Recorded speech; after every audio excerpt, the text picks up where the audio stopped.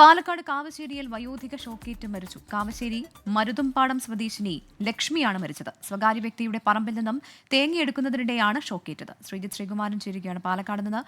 ശ്രീജിത്ത്, ഷോക്കേറ്റത് എങ്ങനെയാണ്? പ്രവിത, ഈ പറമ്പിലൊരു earth wire ഉണ്ടായിരുന്നു മോട്ടോർ ഷെഡിൽ. അതിൽ നിന്ന് ഷോക്കേറ്റതാണ് എന്നാണ് പോലീസ് പറയുന്നത്. സമീപത്തെ മറ്റൊരു സ്ത്രീയാണ് ഈ ലക്ഷ്മി വീണ് കിടക്കുന്നത് കണ്ടത്. ശക്തമായ രീതിയിലുള്ള കാറ്റും മഴയും ഈ മേഖലയിലൊക്കെ രാവിലെ മുതൽ ഉണ്ടായിരുന്നു. ഇതിന്റെ ഭാഗമായി എർത്ത് ലൈൻ പൊട്ടിയതായിരിക്കാമെന്നാണ് ഈ ഒരു ഘട്ടത്തിൽ അനുമാനിക്കുന്നത്. എന്തായാലും 1 മണിയോടുകൂടിയായിരുന്നു ഈ ഒരു സംഭവം നടന്നത്. തേങ്ങ പൊറുക്കാൻ വേണ്ടിയാണ് സ്വകാര്യ വ്യക്തിയുടെ പറമ്പിലേക്ക് ലക്ഷ്മി എത്തിയത് എന്നാണ് മനസ്സിലാക്കുന്നത്. ഈ സമയം മൃതദേഹം കിടക്കുമ്പോൾ ആ കാലിൽ എർത്ത് വയർ ചുറ്റിയ നിലയിൽ തന്നെയായിരുന്നു.